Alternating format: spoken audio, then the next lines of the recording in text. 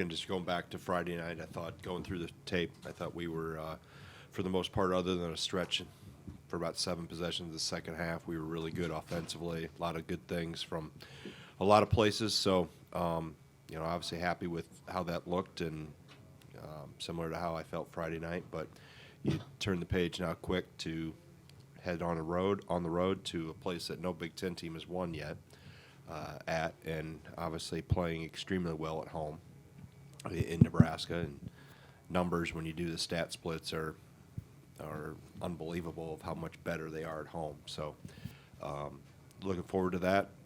Had a good couple days off, which I thought were important for our guys on Saturday and Sunday, and then came back yesterday and started getting ready for Thursday night. So, questions? Greg, you mentioned the splits. What about, is three-point shooting one of those where they are exceptionally better there than anywhere else? Yeah, it's almost 50% at home and in the mid to low 30s on the road. So that's the biggest area I think you see. Coach, talking about taking one game at a time, this is the first time in a while where you've had a game on Thursday. With the shorter break kind of between this game and the Purdue game, do you kind of have a little bit of preparation for Purdue in the back of your mind as a coach, or do you focus primarily on this one only? Right. This one only. The assistants will be working, whoever has Purdue and the scout they've been working on, I'm sure, for a while. They work way ahead, but no, our mind stays on Lincoln. Obviously, with how well Nebraska shoots at the three-point line at home, I mean, the three-point defense has probably been the most glaring defensive issue. I guess, how have you guys been trying to address that? You have Glaring in what way? Statistically. Okay. We look more at what the attempts we're giving up than the percentage. Okay. So we're trying to minimize attempts. So there's two theories in three-point defense. One is run them off the line where they can't get shots, right? Take away attempts. And the second component is, do you impact the averages, the numbers? So we've gone back and forth. Some teams we don't run off the line as much, aren't quite as aggressive with, and aren't, as long as we can test shots. Nebraska's a team you want to minimize attempts. So I'm not as concerned about percentages as I am about trying to minimize attempts and not even let them get shots off. So that's typically how we've traditionally guarded. I mean, if you look at conference stats, typically we're in the bottom of a number of three-point attempts given up. Our percentage against us is a little higher, but in terms of the amounts that we give up is lower because of how we play certain actions. Are there ways to defend that way while also preventing, I guess, those stretches where teams can hit, 4 or 5 in a row against you guys? Yeah. I mean, you try not to make mistakes on screens. You try not to let Wilcher and Tamanaga get loose on you. And Rank Mast, his numbers home and road are as different as anybody's. So you try to minimize mistakes first of all in those situations, and then what are you doing in your offensive end too? Are you having good possessions where they're having to work and they can't get into a rhythm? Of easy offense or defensive possessions that relay or parlay into better offensive possessions for them. So there's an ebb and flow of the offense and defensive rhythm that are connected, that you're trying to make them have to guard you and work on the defensive end. So hopefully it impacts their effectiveness and the rhythm they're in offensively. Greg, in the back here. Yeah. Where have Steven and Tyler taken steps in their ability to play aggressively in the post without drawing fouls over the course of the last several weeks? In terms of, do I think they should be getting fouled more? No. Where have they been able to Offensively or defensively when they're guarding? I think they're both understanding the importance of the wall ups and not worrying about blocking shots. Just wall up. We'll get support, whether we're trapping with the other big or we're digging from the perimeter. We'll get you some support from the top and make catches tough. I think Tyler did a terrific job on Dawson Garcia at Minnesota last week. He had a similar assignment with Malik Hall. So it's just minimizing catches where you can, and then not giving up easy shots, not bailing them out. You've heard me talk about fouling shooters too much, and some of that's walking under in the post. We've tried to eradicate that as much as we can. So, and we show things on film too. When they leave the floor, they twist to go try to block a shot, what that does to your defensive rebounding positioning, and so I think they've just done a better job of just walling up and staying down and forcing tough shots over the top, and that's helped.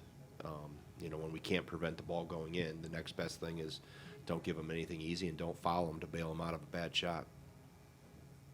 What is it about Lincoln that makes it so tough to play in the last year for the Big Ten? Well, I mean, you go all the way back to when they first joined the league. We went there in 2014 on No Sit Sunday or whatever they called it. So I don't know what Thursday will be. I have some ideas, but you probably can't print them. But, it's just, they support it. They pack it in.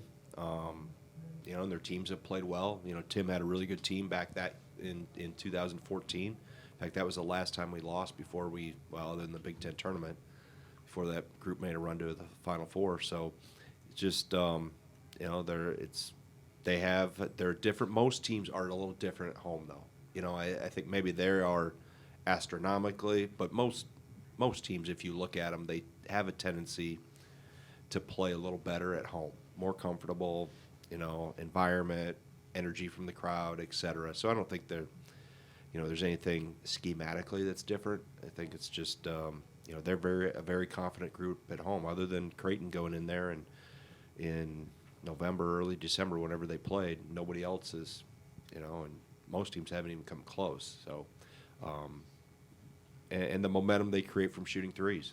I think they shoot a ton of them. I don't know if they lead the league in three-point attempts, but my guess is they're up there. So it's just, like I said, they play well at home, and they get tremendous support. Evan, did you have any idea when you think you might get Kamari back? And on top of that, do you like Isaac in that backup role? Or are you kind of still experimenting with who kind of may take those minutes? Yeah, I think it's we're at least 2+ weeks out, I would say, probably from Kamari, and we'll see as we go down the road here. But Isaac's worked a little bit there. I've used Max there. I used John a little bit there today in practice. So, I think some of the stuff we're doing is not, Chucky obviously is as good as there is at doing the things we need for that position. But a lot of what we do offensively within the system, it doesn't require, a pure point guard. We just need guys that can move the ball and get it side to side. It's the leadership and the experience and the decision making that Chucky brings, and what he does defensively. And that's the thing that Kamari brought to us. I thought he was really finding a rhythm and a niche of what he was doing defensively for us and creating a spark. So the other guys just don't play like he plays, in terms of how he's built and how he moves. So we just have to have other guys step up and help out. Yeah, Greg, I just want to get your thoughts on, the Big Ten announced, its scheduling formats for next year with, a lot of one and dones as far as the conference season goes, and, 15 of the 18 making the conference tournament. Just wanted to get your thoughts on, both those. Yeah, I think staying at 20 games is the right thing to do. We've had numerous discussions as league coaches about that, and we felt going beyond 20, that we were starting to. It was going to be we're going to cannibalize ourselves even more in terms of trying to get more teams in the tournament. And as you run numbers analytically, what they look at, the 20 seemed to be. It was the right move going from 16 to 18 and then 18 to 20, like we've done over the last, I don't know how long we've been at 20, 5, 6, 7 years. But we've seen to hit an optimal spot. I mean, obviously, I know we're not going to play everybody twice and travel and all those things that yet to be sorted out. But I'm happy with the 20. In the tournament, we discussed there was a lot of different options. I think there was 4 or 5 different options we got a chance to voice our opinion on, and I wasn't, just because of the days, we were going to try to stay within the 5-day window of the tournament. Having all 18 was not going to be possible. So looking at, 15 or 16, I felt was the right move, and they were able to work it where they want to, try to protect, the teams that finish in the upper half, so you're not jeopardizing your NCAA tournament seeding and placement. So a lot of those things have come into play of how we, and I'm sure there'll be changes. Who knows? We roll it through a few years, and maybe there's something we don't like, and we'll modify it. And but I think for right now, we're in a good spot. Yeah. Yeah, Greg, I'm just curious, how have you seen Connor bounce back from the slow start he's had to the season and the resurgence he's had during Big Ten play? Yeah, I think he's kept working. He's put extra time in with Jim in the weight room and some conditioning and extra treadmill work and things that trying to get his body better. He's put more time in with our staff, shooting and doing some extra things to get himself back in rhythm. And I think the most important thing is he mentally has stayed in a really good place. He hasn't gotten into woe is me or feeling sorry for himself. He's taken on the challenge of, hey, I got to get better, and here's how I can do that and how I need to do that, and stay positive with it, knowing that I've told him all along. I said, we need you, but we got to get you up to where you need to be and where you can be. So he's taken that on and approached it the right way. And like I said, the most important thing is just how he's kept a positive attitude and hasn't got into sulking or isolating himself. He's happy to be part of a winning team and wants to continue to help us get better. You mentioned after the game that you're happy to see Chucky to get a shot to fall. I guess, obviously hasn't really expressed much concern, but I guess this deep into the season, is this sort of what could you have ever expected that this slump, I guess, could have persisted this long? And is there any worry there? No, I wouldn't know if I'd call it a slump, just because you've had so many other guys that the volume for him hasn't been near as high. It's probably a third of where it's been in the past. So for him, I think the same thing. He's just much like Connor's, like, what can I do and how do I need to do it well to help this team be the best? And we'll still need him to score, and he'll pick his spots to do that. But the impact he's made defensively, and then how he's really, I think Izzo summed it up really well. He's always in control. He's doing the right thing at the right time. He doesn't go too fast. He doesn't go too slow. He's your consummate point guard that just makes sure other guys get the ball in the right spots and is very unselfish. Really has taken a selfless, mindset to this, and he's never been selfish, but he's taken it to a whole new level in terms of how he can modify his game to really allow others to flourish. I think that's what he's done.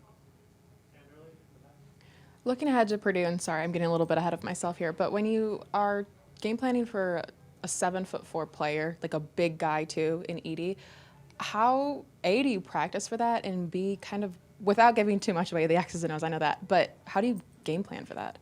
And how to Well, we defend that? take two guys that are 4'8" and we tape them together, and we get to 7'4" or whatever. We've gone against him now for 3 years, and most 7'4" guys I've been around are big. That's a pun, get it? But it's hard to. You can't replicate him because we don't have anybody that big. So I don't have anybody on the scout team. And it's not only just him; it's the other pieces they have to their team. And Matt's always done a really good job of schematically putting you in some tough decision-making positions of where other guys are on the floor. Their guard play is really good with Lawyer and Braden Smith. They got experience up front too with Mason Gillis and Caleb First, and Lance Jones has given them a boost. Coming in as a transfer. So, they're a really, really good team, aside from Zach Edey. And then you throw him into the mix, and yeah, I'll worry about that after we get through Thursday night. I'll have enough sleepless nights worrying about Keisei Tamanaga running around shooting threes.